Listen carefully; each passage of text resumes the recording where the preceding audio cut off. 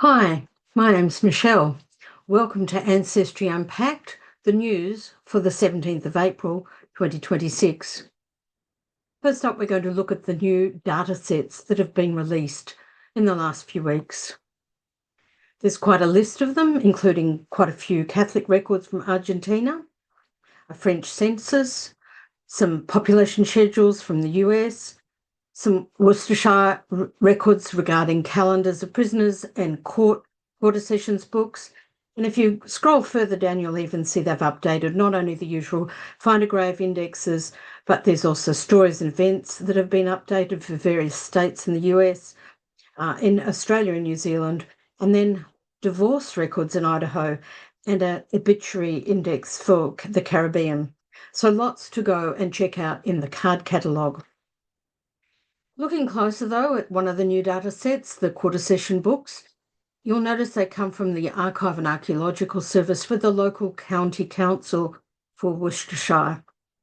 Before we do anything else, we're going to scroll down. I hope you're all yelling back. And if we scroll down, we'll find out about this data set, what it was collected for, and the kind of people who are in it. So it isn't just the criminals, it's also the people that were present and involved in some way.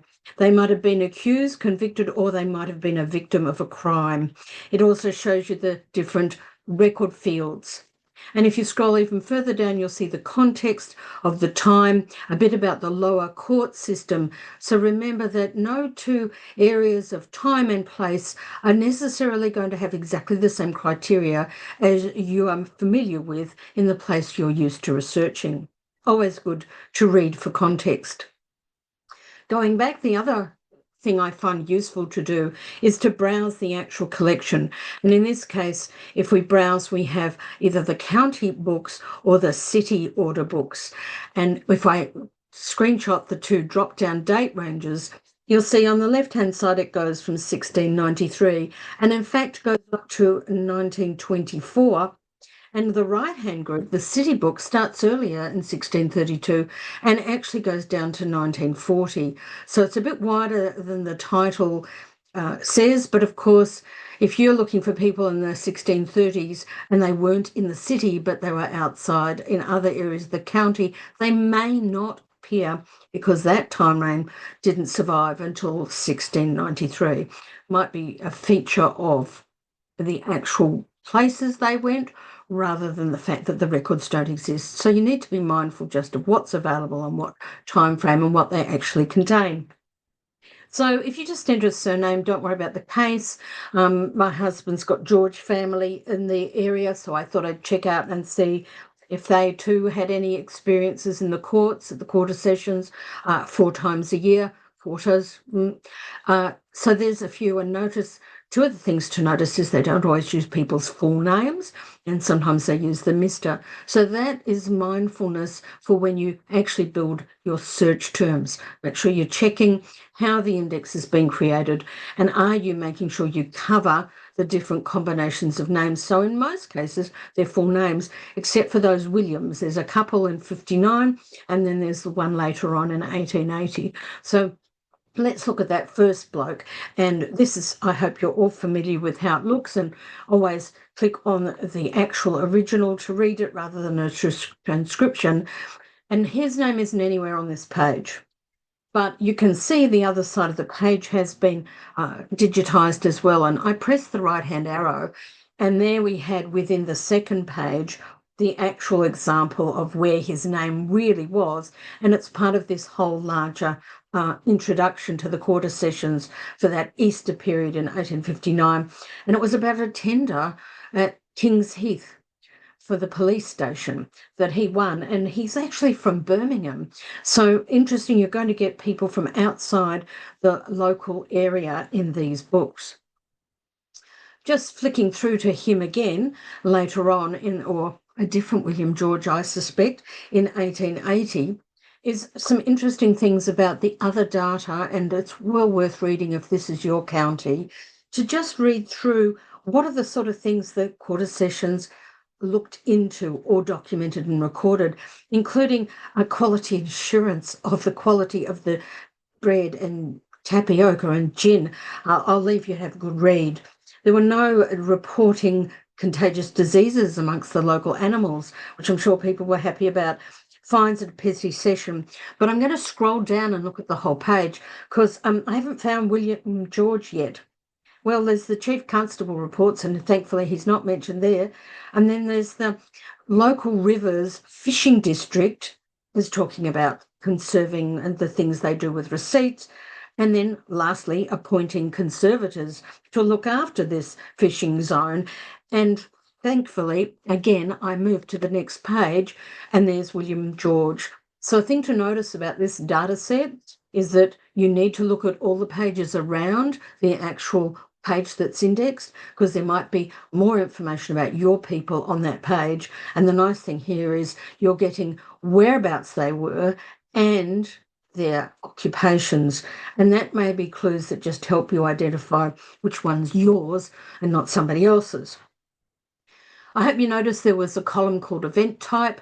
So about 168,000 of this, over 250,000 records, are criminal. A whole lot are residents, about 80,000, but there's a very small group of departures. And you might think that's a bit of an odd terminology. They're departing from the area. And why are they? Well, let's look at Richard, number one at the top there, in 1823. He was in the poor law, needing support from the local area, but there was an appeal and a dispute between who had to pay for him. He had been ordered to be removed. It obviously seems to be erroneous. So we have Kidderminster and the parish of Stone, and they actually had to pay the parish out of the borough funds. So little details like that can help you build out the story of your ancestry if you've never looked at these court records before. Over at the Carrington Hotel, a very narrow time frame, but it was a key period for people, and to the point where I know about this hotel. I grew up in Sydney and our family used to talk about it, in fact, go there for morning and afternoon teas. So I kind of wondered if they ever stayed, wondered about the record set and what it might contain. And you'll see on the right, the browse only has 3 sections to it. So you could just scroll and turn the pages. And I'd also, if I scroll down further, see the related data collections, because this is about addresses and locations, not just that the clients went to the hotel, but it has their addresses in the end result. But let's get the collection context about what it was, why people might be there. So not just travellers, but it was a tourist attraction, but also politicians and commercial travellers went and stayed here as well. A bit of a description about it, but also acknowledgement of the First Nations people and the fact that they are still the custodians of the land. So well worth having a read of the social context here. I put in my grandmother's maiden name because the King family had a lot of family around the country, including they used to go holidays in this area, which is called the Blue Mountains. It was a summer holiday zone because you could get away from the humidity and the temperature in the city and the crowdedness. So a lot of people went. The thing that surprised me was just how many other places outside of Sydney were people staying here. The second place down at Hamilton, there's a couple of them. It's not Hamilton in the UK or in Canada or New Zealand. It's actually Hamilton in the Hunter Valley, which is a country area in New South Wales. But there were other parts of Australia there as well, including Victoria, and there were people from New Zealand. So it was quite a wide-ranging activity. So let's look at the New Zealander. And the lovely thing about this is, while we don't have his full street address, we have his signature. So these records contain the individuals writing in the registration book at the time they turned up, hopefully, but we can use it to compare to other signatures we may have collected. So particularly useful with common names. We can be sure this is our guy because, say, for instance, you have his marriage certificate with his actual signature on it. So, or maybe a christening record of a child and he's signed as a witness. So there's things like that that you might want to have a look at to see if you can find the handwriting. Also be surprised at the travel movement you might be finding.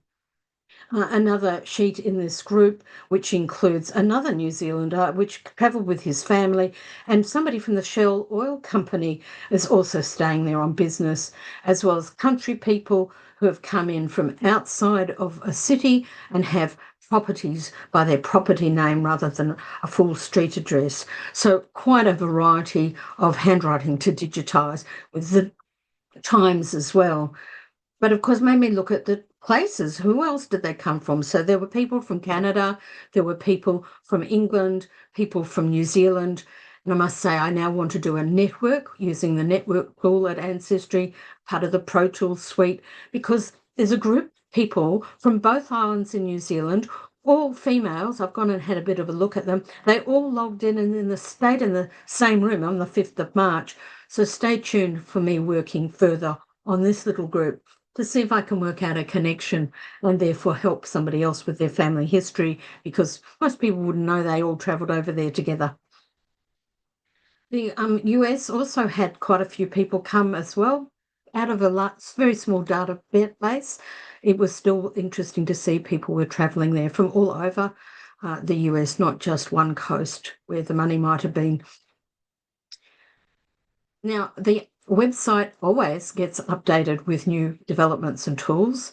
At Roots Tech, Krista did tell us that there are many updates coming as they actually fine-tune, or should we say, have a do-over of the website, because over the years it's built a bit like a jigsaw puzzle and they need to do it over, just like we often do over our trees to make things better coordinated together. So one of those things that's now being added just recently are these screenshots from my iPad are comparing census hints. So it's a new tool that tabulates them so you can look at the same person that's a hint across a group in a table, compare timeline information to see whether these are all your people and do the household names match. There's a full page. The link is in the notes below. Please go and have a read, and you can see all the conditions that are met. This is a new tool. It's just at the moment available on the US federal census records and the UK census records. So it's not sadly available to you guys in Canada just yet, but I'm sure it will be coming. So there's quite a few things to read here, including it's sitting underneath the hints. So what does it look like? So if you look at the very bottom of this screen, you'll actually see it's got the words about compare the census hints. So this is my great-grandmother's first husband. I've not done a lot of research on him. He died in the 1890s. Thankfully, he has a shockingly common name, but I do know that there was another guy called James Hugh Reed that was also living in the same area of Essex, though my ancestor was not born in Essex. And I can actually end up ignoring this hint, but I can show you what it looked like to me. And they both married Elizabeths. Unfortunately, of course, mine had married a different person by this stage and now was in census with a different name. So I can ignore this hint, which is what I did, but you can see what I'm seeing here to help me make a decision. Do I want to investigate this further? Is this a useful record set to add to my tree? So I went looking to see, well, did I have one on my great-grandmother? And you'll see the one census that's in the hints, which I've never ignored because I knew it wasn't her, but I left it anyway. Don't always like to ignore them. I like to come back and have another look. She doesn't have that compare option underneath. And why is that? Well, that's because there are no other census left to find for her. I have found all the others except the 1881. She's still a bit of a mystery in that decade of census matching, which maybe I'll find one day. So I decided to go up back to James and go on a branch I hadn't researched at all, so I could find you a better example. And here's Thomas Reed, and in his hints, because I've got enough documents attached to his son, that there's enough hints coming to me that there's jolly compared to other census hints on every census record. And if I scroll down, there's quite a few of them. Doesn't matter which one. If I press where it says compared to other census hints, I will get the full list. So then I can review each one, and normally you'd go from left to right and you'd work your way through different things. I was wanting the address where they were at the time James was christened. So I was digging in and having a look at the 61 census first, and I did that and accepted it because it did match the other documentary evidence I had, because I wasn't overly sure in 71 if this was the same James, that's my James, and therefore the same family, because again, these names can be far more common than you think in the same location. But if you did review it, you'll get this side drop-down window, and just in case, and review it like you normally would. But you might not notice that the screen's not as wide as you want. Have you seen the arrow so you can make it wider and better read all the information available as you scroll down? So that's your brief news for today with a couple of tips on the side. Stay tuned for this time next Friday when we'll be launching the next tips webinar session, and we'll have a webinar on the first Friday in May. So to then, thank you to Ancestry for your support of our channel, and thank you everybody for watching.